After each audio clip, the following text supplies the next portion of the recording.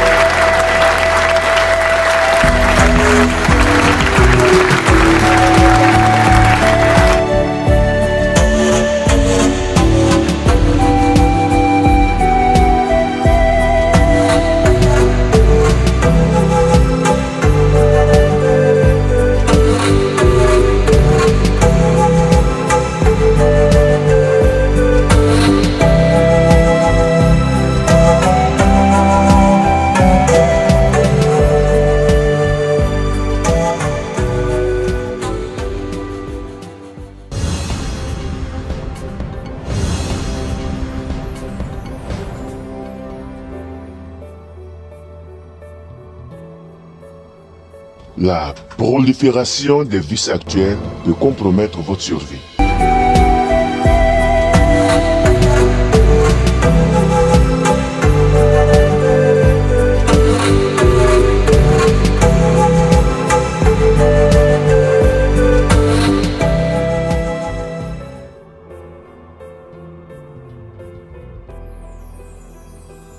Cette action démontrée par moi est consacrée à tous les mortels sur toutes les planètes habitées à se délivrer des sentiers de leurs vices, afin qu'en parlant de ma mort, ils ne pensent pas à ma souffrance et à ma douleur, mais plutôt à l'amour du Père et à leur propre dévotion envers lui.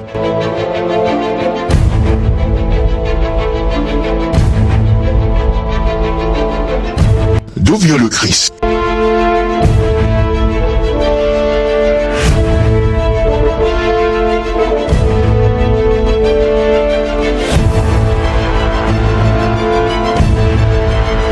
Il vient du paradis. Et où se trouve le paradis? Au centre de la création, mais sans en faire partie. Le paradis est au centre de l'univers central, Avona, qui est entouré par 7 super-univers, à savoir Ori-Linton, Manvando, Orvando, Lanterton, Lexterton, Orei-Parena et Orvanton.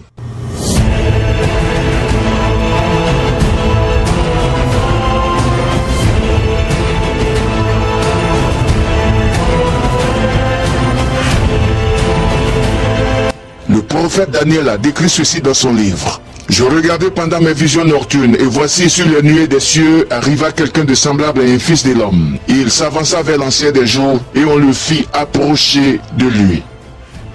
Cet ancien des jours s'appelle Mantouchia. On pourrait même dire qu'avant la venue à l'existence des fils créateurs paradisiaques, la Trinité paradisiaque créa l'ordre de filiation des jours, à savoir les éternels des jours qui gèrent les 1000 millions de mondes parfaits de l'univers central, Avona. Les anciens des jours qui gèrent les 7 super-univers. Les perfections des jours qui gèrent les secteurs majeurs des super-univers. Les récents des jours gèrent les secteurs mineurs des secteurs majeurs. Les unions des jours sont les ambassadeurs paradisiaques auprès des gouvernements des univers locaux des fils créateurs.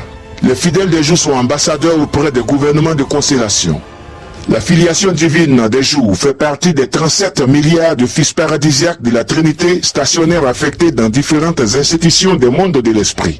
Poussons notre curiosité et voyons à quoi peut ressembler un super-univers. En effet, un super-univers ressemble à une turbine à 10 hélices, appelée dans le jargon divin secteur majeur. Chaque secteur majeur comprend 100 secteurs mineurs. Et c'est dans les secteurs mineurs que les fils créateurs pénètrent pour créer leurs univers locaux respectifs, après avoir reçu bien sûr un permis de construire délivré par les anciens des jours.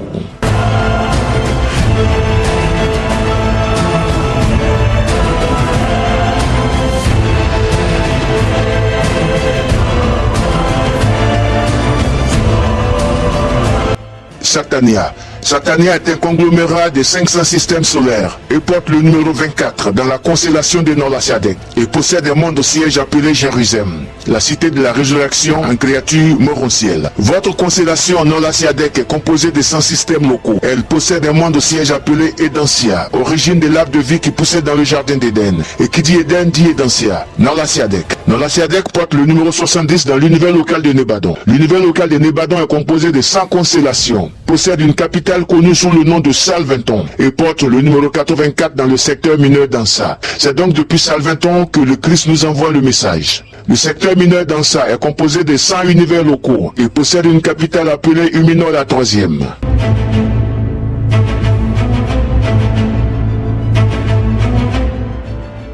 Ce secteur mineur porte le numéro 3 dans le secteur majeur de Splendon. Splendon est composé de 100 secteurs mineurs et possède une capitale appelée Imajor la cinquième.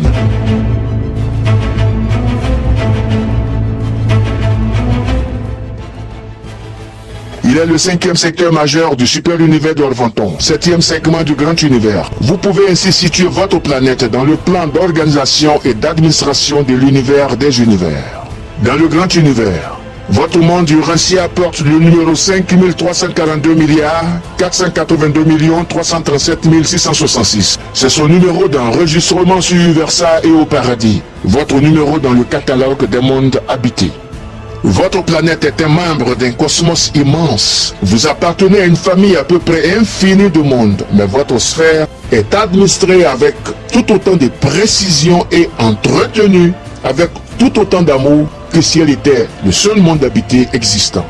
Cette action, démontrée par moi, est consacrée à tous les mortels de toutes les planètes habitées par des personnes qui cherchent à se délivrer des sentiers de leur vice, afin qu'en parlant de ma mort, ils ne pensent pas à ma souffrance et à ma douleur, mais plutôt à l'amour du Père et à leur propre dévotion envers lui. Car c'est seulement cela qui va élever l'homme au niveau le plus suprême, au niveau de la relation spirituelle du Père dans laquelle il n'y a rien d'autre que l'amour.